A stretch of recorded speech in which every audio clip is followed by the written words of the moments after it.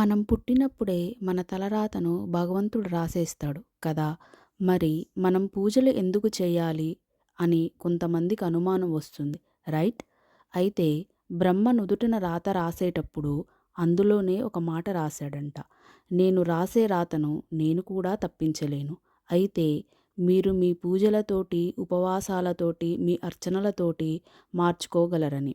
అయితే పూర్వం విభూముకుడు అని రాజు ఉండేవాడట. అతనికి 50వ ఏట మరణగండం ఉంది. ఈ మరణగండాన్ని ఎవ్వరూ తప్పించలేరని ఆయన తలరాతలో బ్రహ్మ రాశాడు.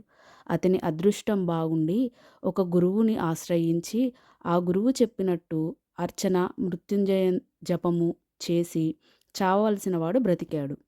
128 ఏళ్ల ఆయువున్న దుర్యోధనుడు ద్రౌపదిని జుట్టుపట్టి ఈడ్చి దుశ్శాసనుతో ఈడ్పించడం వలన చేసిన పాపానికి 60 ఏట చనిపోయాడు. సనాతన హిందూ ధర్మం ప్రకారం జప, ధ్యాన, దానాది కర్మలతో తలరాతను మార్చుకోవచ్చు.